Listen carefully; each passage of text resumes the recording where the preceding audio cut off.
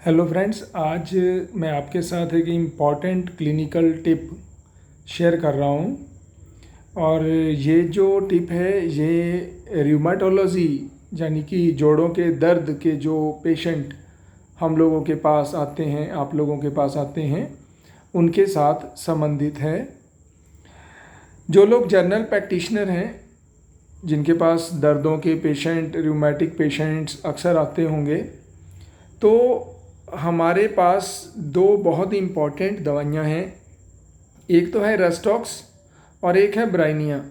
Of course there are so many other remedies, but मैं आपको जो टिप देने जा रहा हूँ उनका संबंध ब्राइनिया और रेस्टॉक्स के साथ रहेगा।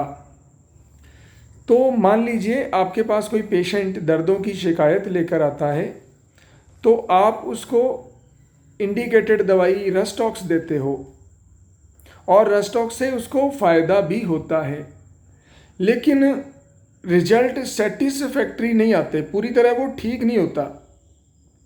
वो आके बोलता है कि डॉक्टर मुझे फ़र्क है, लेकिन वो जो फ़र्क है वो ऐसा फ़र्क नहीं होता कि बहुत फ़र्क है। सिमिलरली आप ब्राइनिया देते हो किसी पेशेंट को, तो ब्राइनिया से भी आपका पेशेंट आके बोलता है कि मुझे फ़र्क है, लेकिन वो फ़र्क इतना सेटिस्फैक्ट्री नहीं होता जितना होना चाहिए।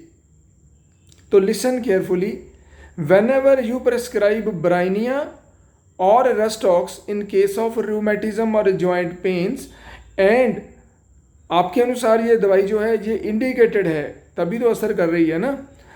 लेकिन in spite of having indications, prescribed indications, the remedy doesn't give good results or holds for a short period of time, then again relapse occurs.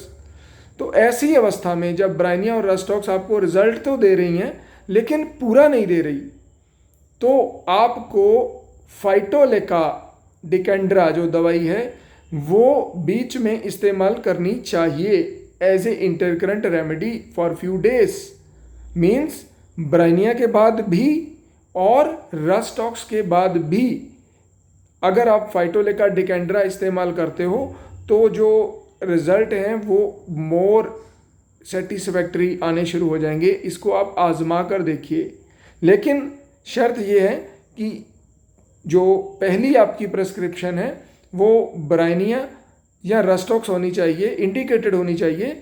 उसके बावजूद भी अगर रिजल्ट प्रॉपर नहीं आ रहे, then you should go for phytolacca for few days. Phytolacca either इसको बिल्कुल ठीक कर देगी, और अगर कुछ बच भी गया तो दोबारा से जो ब्राइनिया या रेस्टॉक्स आपकी दवाई है वो उसको ठीक कर देगी।